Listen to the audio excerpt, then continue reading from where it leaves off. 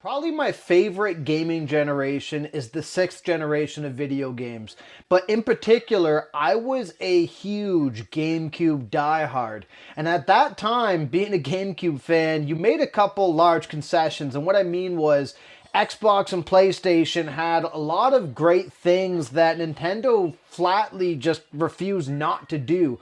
One of them being online gaming, but even bigger than that, Nintendo really held back when it came to things like demo discs. And I was also an Xbox and PS2 guy, and part of the enjoyment of that generation was buying an original Xbox magazine or a PlayStation magazine and getting a new demo disc and trying games that I might have otherwise never tried. But during the GameCube era, what we ended up finding was that getting a demo disc for that console was exceedingly rare. And when you did, something about it felt incredibly special. And to be honest, there was probably a large proportion of gamers who did not get a chance to try any of the GameCube demo discs at all because of their scarcity. But I was one of the people who was lucky enough to go into an EB Games, or now GameStop, and find some of the preview discs or get some of them packaged in with other games or from pre-order bonuses. And at that time, there was a level of novelty that you felt with the GameCube demo discs because of how rare they were. And in this video, I'm going to kind of go over the history of that, why I think Nintendo didn't really want them out there, and sort of my passion and enjoyment and appreciation for the ones that did exist. So let's take a look.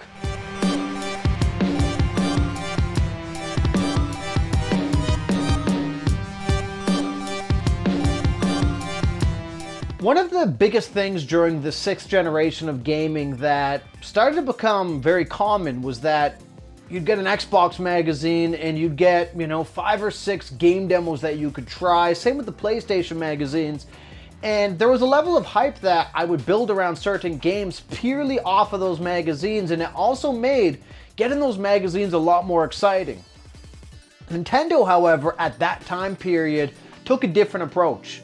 They kind of kept almost all of their demos completely scarce. You weren't purchasing a Nintendo Power and getting some cool package and demo.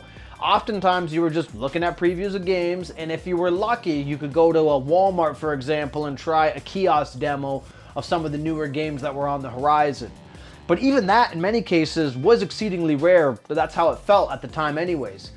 And so during that sixth generation era, one of the things that became a large novelty to me and something that excited me quite often was the opportunity to get any sort of demos for the GameCube. Because you have to understand that they weren't handing them out. They weren't even during pre-orders, for example. You weren't commonly getting issued demo discs. It was only in very particular circumstances that demos would ever pop up for the GameCube. And as a result, if you look at the collector market or the resale market, GameCube demo discs tend to carry quite a high price, certain ones anyways, because they're not common to find. And I think at that time period, part of the reason that Nintendo kept a high level of exclusivity around their demos was that they were concerned about people getting the wrong impression of their first-party games. And they also wanted to keep a level of mystique around some of their first-party games. Like, for example, playing a Zelda game before it came out, unless you were going to E3 at the time, it was not common that you could find something like that. And that was, for many gamers, a very big luxury, and it led to a lot of, for me anyways at that time, hype for certain titles, because it was so hard to try to even play them before they came out. And you really lived in gaming magazines and online snippets to kind of really try to get any sort of pre-release experience. However, during that era, there were a couple opportunities that you were able to get some of these GameCube demo discs.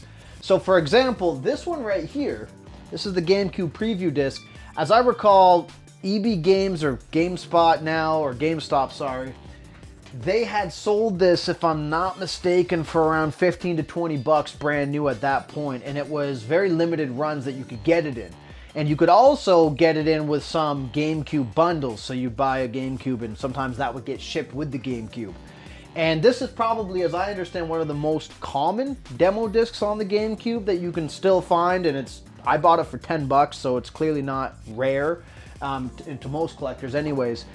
But at that time, even playing this 5-game demo disc was considered something that wasn't common on a GameCube and for a Nintendo console. And there was something about it that added a level of mystique for me anyways, where I felt like I was playing something that no one else was, because of the fact that these weren't commonly found everywhere. You weren't commonly getting demo discs like you were for Xbox. And if I'm not mistaken, that resale market for, the Xbox and PS2 demo discs is relatively reasonable if you want to buy those games, because there was such an abundance of them produced. Whereas on GameCube, that's not the case. And I remember I was a big Rogue Squadron fan. I remember going to a Best Buy and getting this game here by pre-ordering Rebel Strike 3, and I was completely excited by the fact that I had the chance to try something that not many people got to on the GameCube. And there was a high level of novelty that came with these that you just didn't really get from the PlayStation or Xbox magazines, and that was purely because of their commonality, right? And then further, the last one that I really tried to get during that era was the Resident Evil 4 preview disc, which unfortunately I did never get my hands on. But I, at the time, was heavily excited for that game. So when I saw that there were some opportunities to get that demo disc, that was something that myself and a lot of GameCube gamers at the time were widely anticipating. Now, the interesting thing is I've been following the resale market because I've been trying to start to build out my GameCube collection again. I unfortunately sold it when I was 18 or 19, and I had a lot of different demo discs, including the Metroid Prime 2 demo disc. And I've been looking at the resale market, and it's interesting to see how expensive and rare a lot of these are, especially the interactive multi-game discs, which I unfortunately never was able to get my hands on. I actually had the opportunity to buy a handful of them at that time, and this would have been when I was around 18, for around 20 bucks a piece, and I didn't do it, which I heavily regret, because I'm looking at some of them now on eBay, and some of them are around $500 in some cases just to get some of these exclusive demo discs.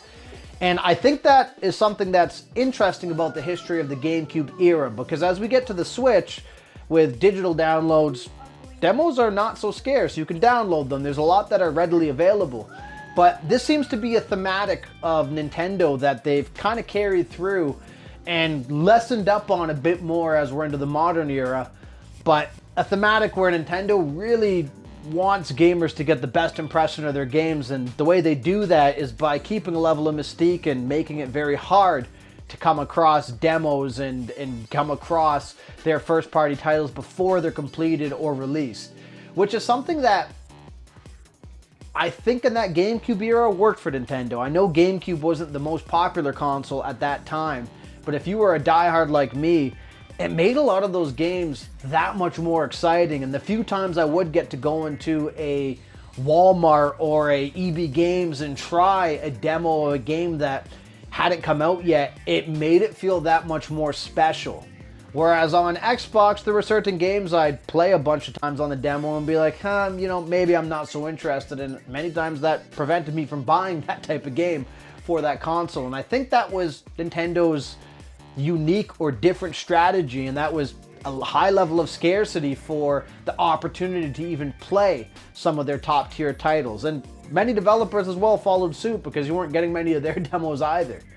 And that's one of the interesting pieces of history of the GameCube era that I think about quite often. And as I started recollecting all my GameCube games, it brought back a very large wave of nostalgia, being able to see and play these again and have that feeling of, wow, there's something exclusive about this that you don't commonly get with that GameCube console.